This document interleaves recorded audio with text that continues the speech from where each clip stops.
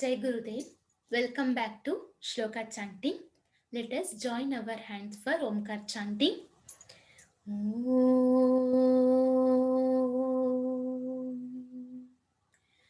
Om. Om.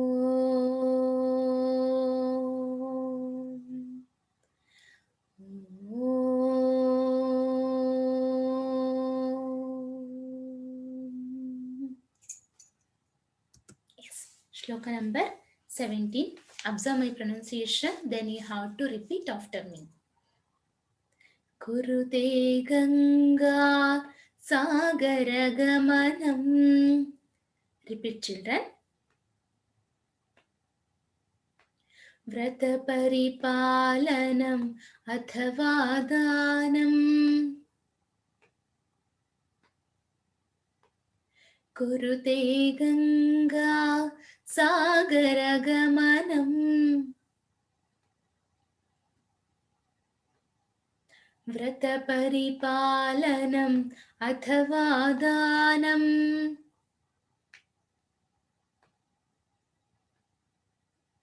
ज्ञानविहीनः सर्वमतेन.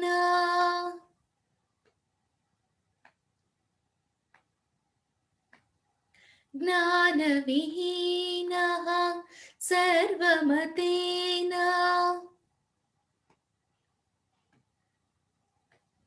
भजति न मुक्तिं जन्मशतेन.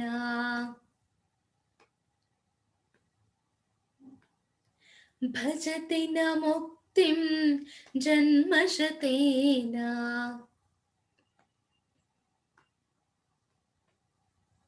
Yes.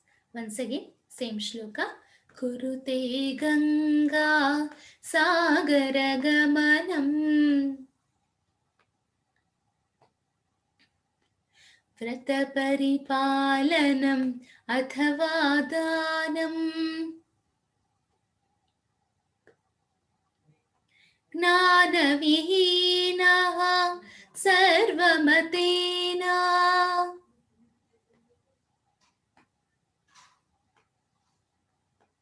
भजति न मुक्तिं जन्मशतेन.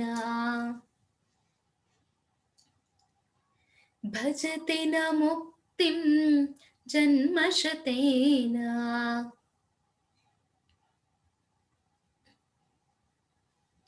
भज गोविन्दं भज गोविन्दं गोविन्दं भज मूढमते. भज गोविन्दं भज गोविन्दं गोविन्दं भज मूढमते. गोविन्दं भज मूढमते. गोविन्दं भज मूढमते. Fine. Next to shloka number 18. सुरमन्दिरतरु मूलनिवासः. Repeat, children. शय्याभूतलम् अजिनं वासः.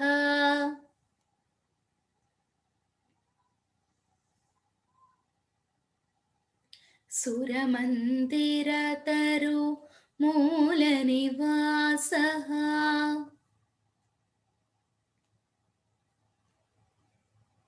शय्याभूतलम् अजिनं वासः.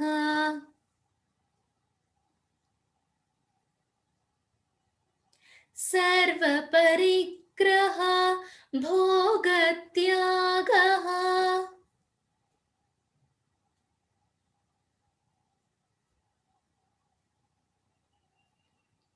सर्वपरिग्रह भोगत्यागः.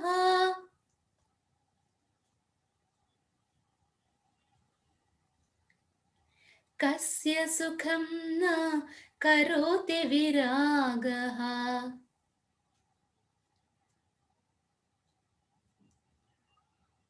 कस्य सुखं न करोति विरागः. सुरमन्दिरतरु मूलनिवासः.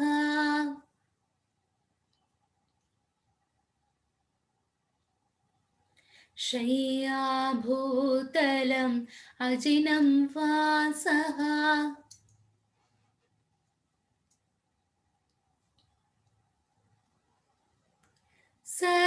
सर्वपरिग्रह भोगत्यागः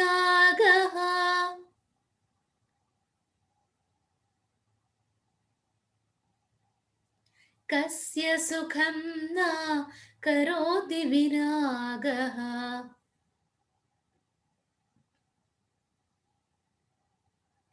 भज गोविन्दं भज गोविन्दं गोविन्दं भज मूढमते भज गोविन्दं भज गोविन्दं गोविन्दं भज मूढमते गोविन्दं भज मूढमते गोविन्दं भज मूढमते.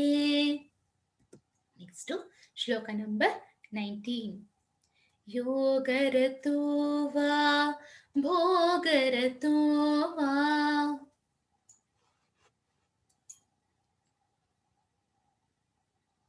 सङ्गरतो वा सङ्गविहीनः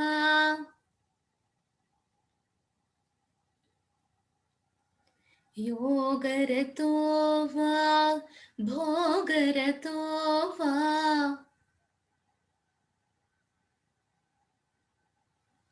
सङ्गरतो वा सङ्गविहीनः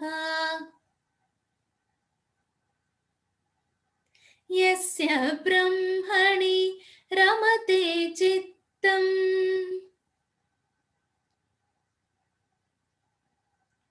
यस्य ब्रह्मणि रमते चित्तम्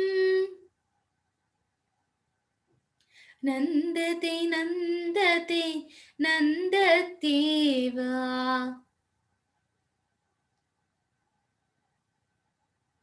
नन्दते नन्दते नन्दत्येव योगरतो वा भोगरतो वा सङ्गरतो वा सङ्गविहीनः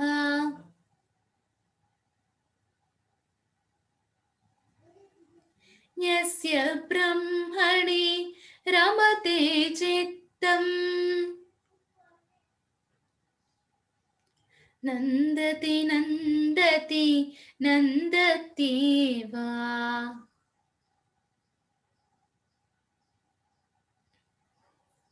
भज गोविन्दं भज गोविन्दं गोविन्दं भज मूढमते भज गोविन्दं भज गोविन्दं गोविन्दं भज मूढमते गोविन्दं भज मूढमते गोविन्दं भज मूढमते.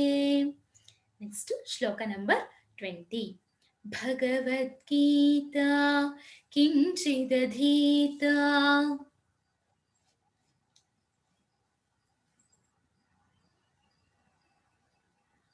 गङ्गाजललव कणिका पीता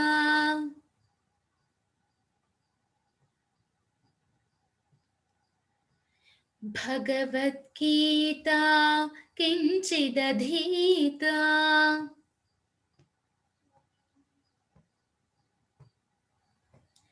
गङ्गाजललव कणिका पीता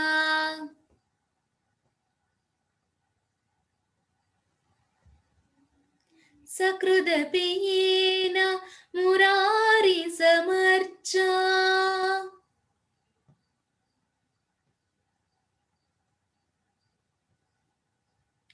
सकृदपि येन मुरारि समर्चा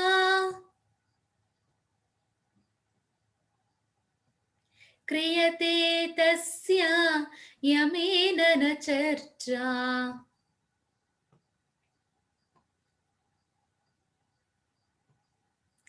क्रियते तस्य यमेन न चर्चा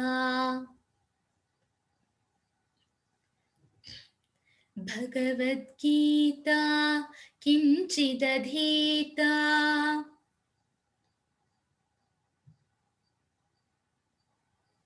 गङ्गाजललव कणिकापीता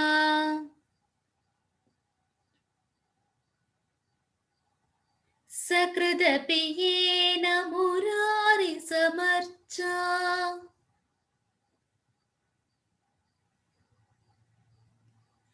क्रियते तस्या यमेन न चर्चा.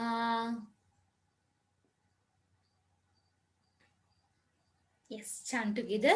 Bhaj Govindam, Bhaj Govindam, Govindam, Bhaj Moodhamate. Bhaj Govindam, Bhaj Govindam, Govindam, Bhaj Moodhamate. Govindam, Bhaj Moodhamate. Govindam, Bhaj Moodhamate. Yes, students, today we practiced 4 shlokas. Keep on practice. Jai Gurudev. See you in next session.